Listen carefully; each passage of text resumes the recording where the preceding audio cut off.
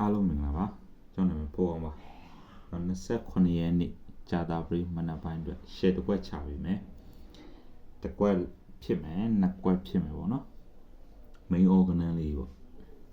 ကျွန်တော်တို့အခုမှစလုပ်တာပေါ့လေ့လာနေတဲ့စီးပူးနေတဲ့အချိန်လေးပေါ့သူများတို့စကားတွေအများကြီးမပြောဘူးဗျာစကားတွေအများကြီးမပြောတော့အဲ့တော့ကျွန်တော်ပို့နေမှာဆိုတော့လူရင်းနဲ့တူရှင်မပြောတော့ဒီမနေ့ပိုင်းမှာ29ရက်နေ့ကြာသပတေးမနေ့ပိုင်းမှာပါရမယ်ဆိုရင်တွက်တိုင်းကျွန်တော်အဲ့ဒါရထားလိုက်တော့ကျွန်တော်နှစ်3ရယ်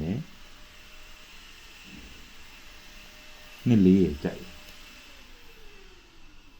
ရန်ချင်းနော်နှစ်ထိတ်ဆွဲလိုက်ပေါ့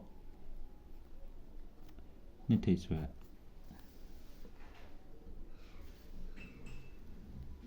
ရန်ချင်းတော့နှစ်ထိတ်ဆွဲလိုက်ပေါ့ကျွန်တော်ကြိုက်တာတော့နှစ်3နဲ့နှစ်4